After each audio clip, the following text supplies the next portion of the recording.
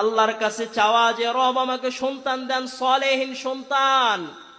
আয় আল্লাহ, এমন সন্তান দেন যে সন্তান আমার কবরে পাশে দাঁড়ায়া দাঁড়ায়া দোয়া করতে পারে।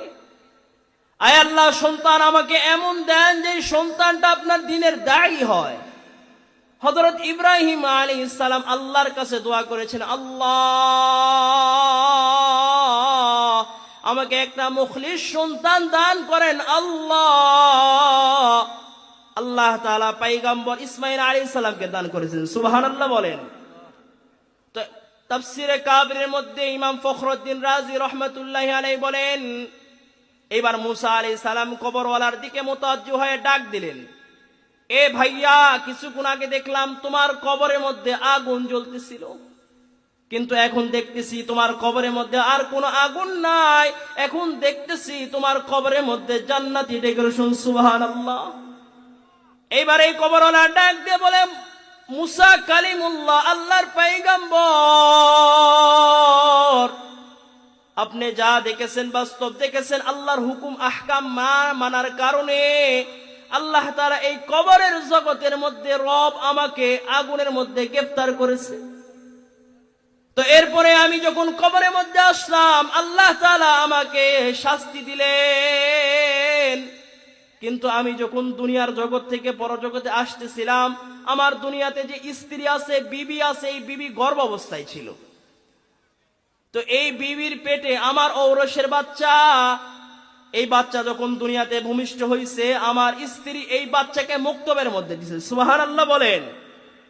তো মুক্তবের মধ্যে দেওয়ার পরে আমার এই বাচ্চা কেবল সবে মাত্র আব্বু আম্মু আম্মু বলা শুরু করছে। তো আমার স্ত্রী এই ছোট্ট আমার বাচ্চাকে, আমার ছেলেকে মুক্তবের মধ্যে যখন দিছে, মুক্তবের শিক্ষক সুন্দর করে ওযু তাজা করায়া, পবিত্রতা অর্জন করায়া, জায়নামাজের মধ্যে বসায়া মুক্তবের শিক্ষক বলে, বাবা আমি বলতেছি, তারপর তুমি তাকরার স্বরূপ বলবা। এইবার মুক্তবের শিক্ষক সুন্দর করে বলেন, বিসমিল্লাহির রহমানির রহিম। এই ছোট্ট বাচ্চা উস্তাদের মুখে এটা শোনার পরে তার পবিত্র, তার কসি জবান দিয়া আল্লাহ তাআলার প্রশংসা করেছেন। আল্লাহ তাআলার প্রশংসা স্বরূপ বলতেছেন, বিসমিল্লাহির রহমানির রহিম। এই ছোট্ট বাচ্চা তার কসি জবান দিয়া যেই মুহূর্তে রবের প্রশংসা করেছেন, আল্লাহ তো আহকামুল হাকিমিন, আল্লাহ তো রহমানুর রহিম, আল্লাহ তো আসমান থেকে দেখতেছেন, আল্লাহ তো রহমানুর রহিম। আল্লাহ ডাক দেয়, কয়, এই ফেরেশতা, আমার গোলামের বাচ্চা তার বাবা কবরে, আর তার সন্তান আমার পবিত্রতার ঘোষণা দিয়েছে, আর আমি রহমান সিফত নিয়ে আমি কোনোদিন অন্যায় করতে পারি না। তার বাচ্চা আমার প্রশংসা করেছে, আর তার বাবার কবরের মধ্যে আগুন জ্বলবে না, না এইটা হতে পারে না। যা যা দ্রুত কর, তাড়াতাড়ি আমার গোলামের কবরের মধ্যে আগুন হটায়া দে, আর আমার এই গোলামের কবরের মধ্যে জান্নাতি হাওয়া চালু করে দে। আল্লাহু আকবার বলেন। এইবার ফেরেশতা আল্লাহর অর্ডার অনুযায়ী কাজ করলেন।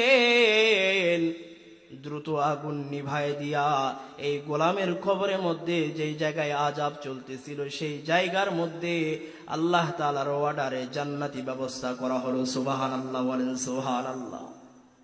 যদি আমার সন্তান, তাফসিরে কাবিরের লেখক ইমাম ফখরুদ্দিন রাজি বলেন, যদি আপনার সন্তান আউযু বিল্লাহ পড়ে, রব আপনার কবরের আযাব মাফ করতে পারে। আপনার সন্তান যদি নেক আমল করে, এর বিনিময়ে এর সওয়াব আপনার কবরে যাবে।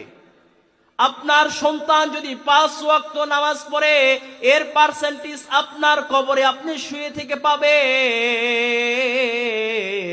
তাইলে যদি আপনার সন্তান 5 ওয়াক্ত নামাজ পড়ে আর এর সওয়াব যদি কবরের মধ্যে আপনি পান, আপনার সন্তান যদি রোজা রাখে আপনি যদি কবরে শুয়ে থেকে পান, আপনার সন্তান যদি নেক আমল করে এর পার্সেন্টেজ যদি কবরে শুয়ে থেকে আপনি পান, তাহলে আমরাও বলতে চাই আপনার সন্তান যদি গাঞ্জাখোর হয় এই গাঞ্জার আগুন কিন্তু আপনার কবরে জ্বলতে পারে। ঠিক কিনা বলেন?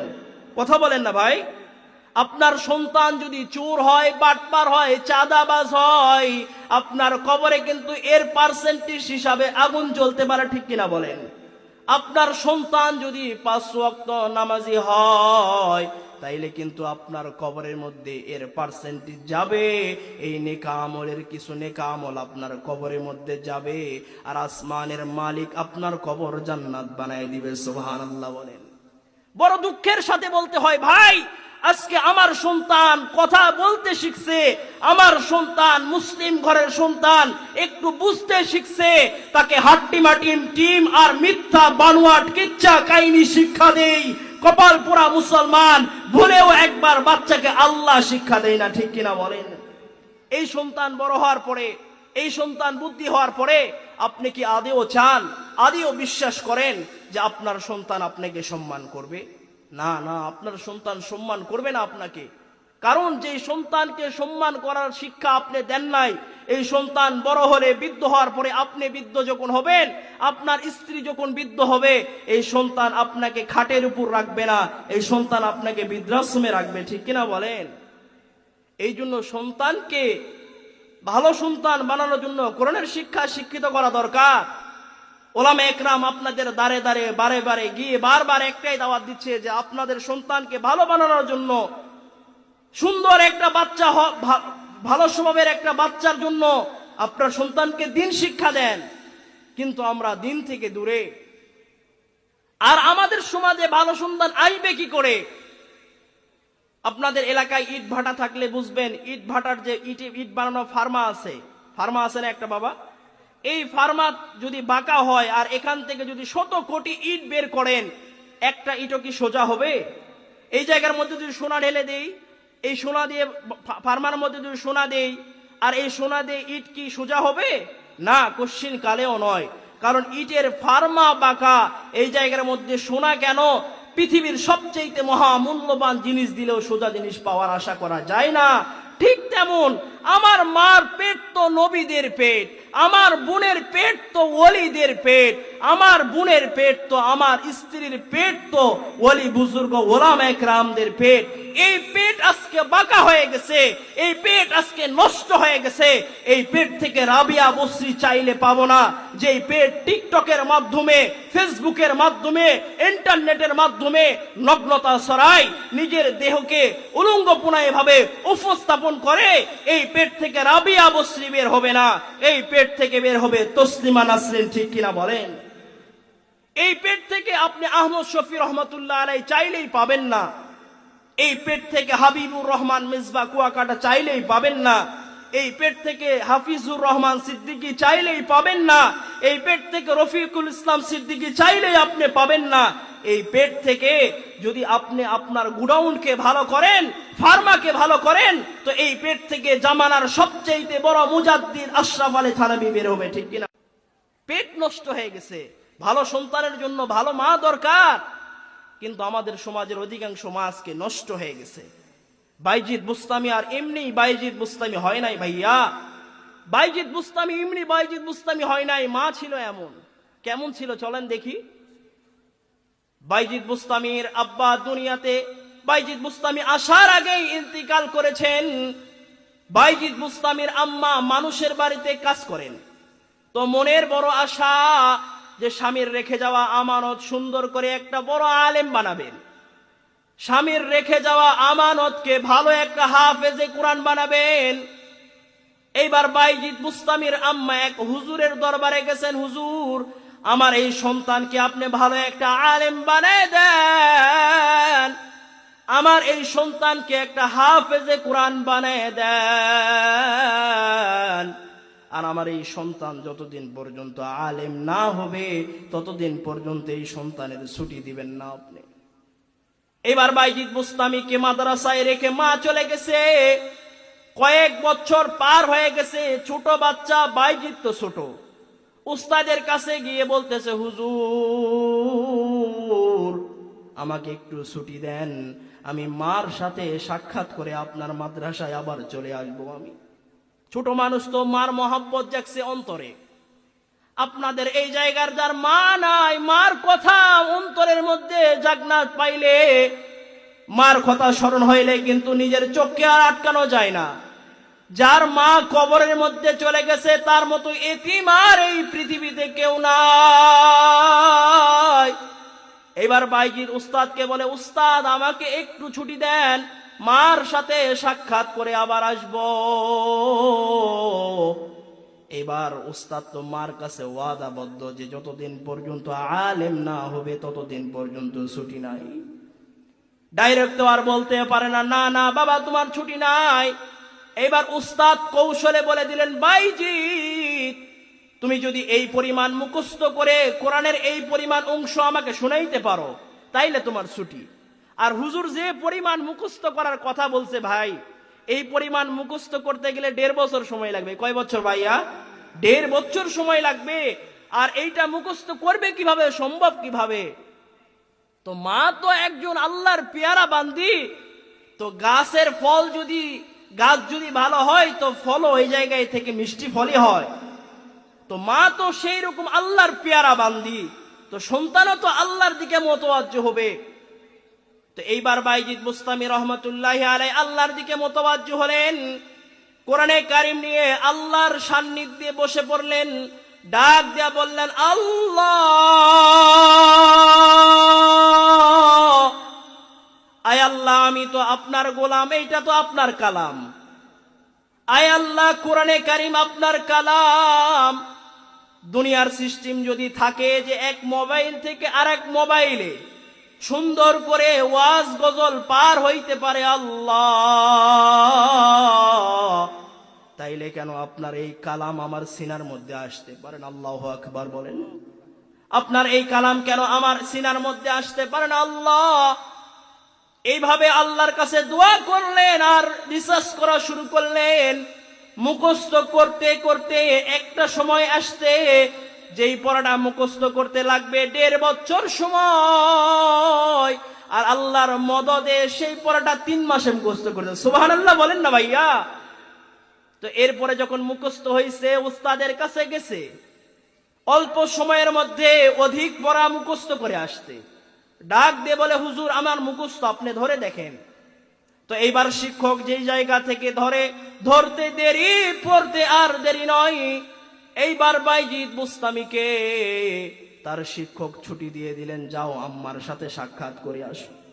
এইবার বাইজিদ বুস্তামি রহমতুল্লাহি আলাইহি, অনেক আগের কথা, ওই সমস্ত রাস্তায় এরকম গাড়ি ঘোড়ার কোনো ব্যবস্থা ছিল না।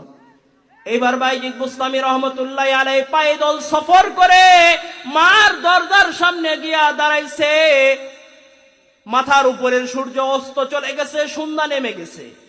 দরজার পাশ থেকে ডাক দেয়া বলে, মা, ও মা, আমি তোমার বাইজিদ, মা একটু দরজাটা খুলো, তোমার চাঁদ মুখ আমি দেখবো মা, তোমার মুখটা দেখে আমি আবার চলে যাব। তো এইবার রুমের ভিতর থেকে আওয়াজ আসে, না আমার বাইজিদ এখন আসতে পারে না, কারণ আমার বাইজিমে বুস্তামি না হবে ততদিন পর্যন্ত বাইজিদ আমার কাছে আসতে পারে না। ছোট্ট বাচ্চা দীর্ঘ সময় পর্যন্ত মা মা বলে ডাকছে, মা দরজা খুলে বাইজিদের ডাকে সাড়া দেয় নাই। এইবার রাত যখন গভীর হয়ে গেছে, মন নারাজ করে মাদ্রাসায় ফেরত আসতে বাইজিদ এবার শিক্ষকের হাতের মধ্যে হাত দিয়ে কাঁদে আর ডাক দিয়ে বলে, হুজুর আমার ভুল হয়ে গেছে, আমি যতদিন আলেম না হব, হাফেজ না হব, আমার মা আমার সাথে দেখা দিবে না, সাক্ষাৎ দিবে না। আল্লাহু আকবার বলেন। এইবার বাইজিদ বুস্তামি রহমতুল্লাহি আলাইহি উস্তাদকে বলেন, আমি যতদিন পর্যন্ত আলেম না হব ততদিন পর্যন্ত আমি মার কাছে যাব না। এইবার দীর্ঘ সময় পর্যন্ত লেখাপড়া শুরু করলেন। এক যুগ পার হয়ে গেল। বাইজিদ বুস্তামি রহমতুল্লাহি আলাইহি এবার যখন আলেম হয়ে গেলেন, লেখাপড়া শেষ হয়ে গেল, উস্তাদ কাছে ডেকে নিয়ে এসে বললেন, বাবা তুমি তো আলেম ছিলা না, গায়রে আলেম ছিলা, তুমি তো আলেম হইছো, তোমাকে আগামীকাল পাগড়ি দেওয়া হবে।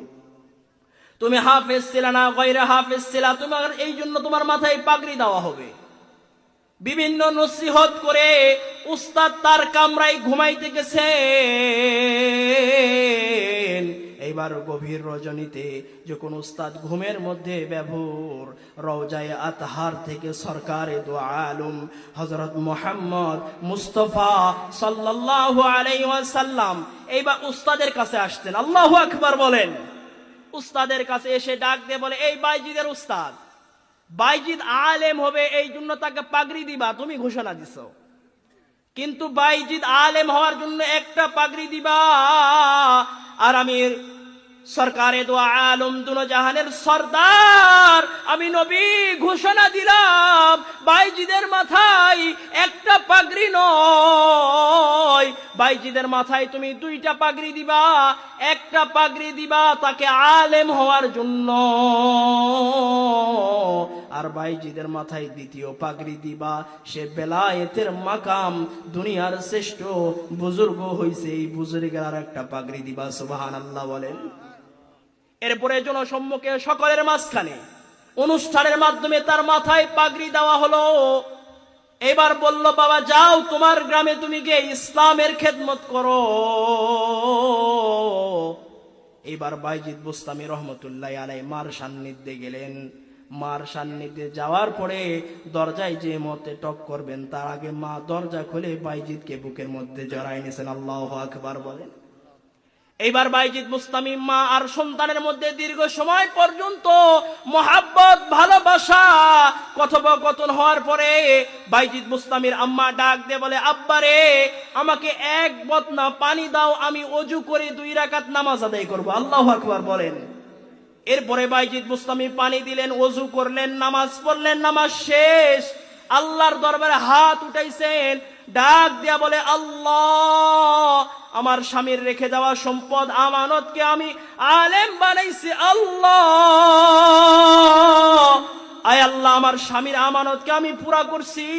আয় আল্লাহ আমার সন্তান আজকে আলেম হয়ে গেছে। আল্লাহ আমি বৃদ্ধ হয়ে গেছি, আমি থাকলে আমার সন্তান আমার খেদমত করতে গেলে ইসলামের খেদমত করতে পারবে না। আল্লাহ, আয় আল্লাহকে ইসলামের জন্য আমি দিয়ে দিলাম, আয় আল্লাহ আমাকে দুনিয়া থেকে নিয়ে যান। এই দোয়া করতে শেষ, দোয়া করতে দেরি তো জান্নাতের পাখি আল্লাহ তাআলা জান্নাতের মধ্যে নিয়ে গেছেন। আল্লাহু আকবার বলেন। বাইজিদ বুস্তামি এত বড় যুগশ্রেষ্ঠ বুজুর্গ আলেম মুজাদ্দিদ এমনি হয় নাই, মার দোয়ার জন্য, মার দোয়ার। আল্লাহু আকবার বলেন। মার দোয়ার জন্য। আর মা ছিলেন একজন আবেদা সালেহা মুখলিস বান্দি, আল্লাহর পেয়ারা বান্দি, এই জন্য পেট থেকে বের হইছে একজন জামানার শ্রেষ্ঠ বুজুর্গ। আর আমাদের মা, আমার বোন, আমার স্ত্রীর পেট নষ্ট হয়ে গেছে, এই পেট থেকে শেখ হাসিনার মতো জালেম রাষ্ট্রপ্রধান বের হয়, ঠিক কিনা বলেন? এই পেট থেকে, এই যে পেটগুলা নষ্ট হয়ে গেছে, এই পেট থেকে কই শ্রেষ্ঠ আলেম বের হবে? এই পেট থেকে লতিফ সিদ্দিকীর মতো নাস্তিক বের হচ্ছে, ঠিক কিনা বলেন? বড়দের স্টেজ থেকে স্পষ্ট ভাষায় বলতে চাই, তন্ত্র মন্ত্রের দিন শেষ, কুরআন হাদিসের বাংলাদেশ, ঠিক কিনা বলেন? আপনারা চান কি চান না আগামীর এই বাংলাদেশে কোরআন হাদিসের বাংলাদেশ চান কি চান না ভাই? ইনশাআল্লাহ আমরা তো স্বপ্ন দেখতেছি এই বাংলাদেশে সাধারণ জনগণকে সংসদ থেকে 10 কেজি চাল বাজেট হয় আর 7 কেজি মেরে দেয়, এইরকম চোর আর বাটপার কোন নেতাকে আগামীর সংসদে আমরা দেখতে চাই না, ঠিক কিনা বলেন? লিল্লাহে তাকবীর, লিল্লাহে তাকবীর। কোরআন সুন্নাহ যেখানে, আল্লাহ তাআলা কবুল করুক। যে কথাগুলা বললাম ভুল কথা আমার পক্ষ থেকে, সঠিক কথাগুলো আল্লাহর পক্ষ থেকে। আল্লাহ তাআলা আমল করার মতো তৌফিক দান করুন। আসসালামু আলাইকুম ওয়া রাহমাতুল্লাহ।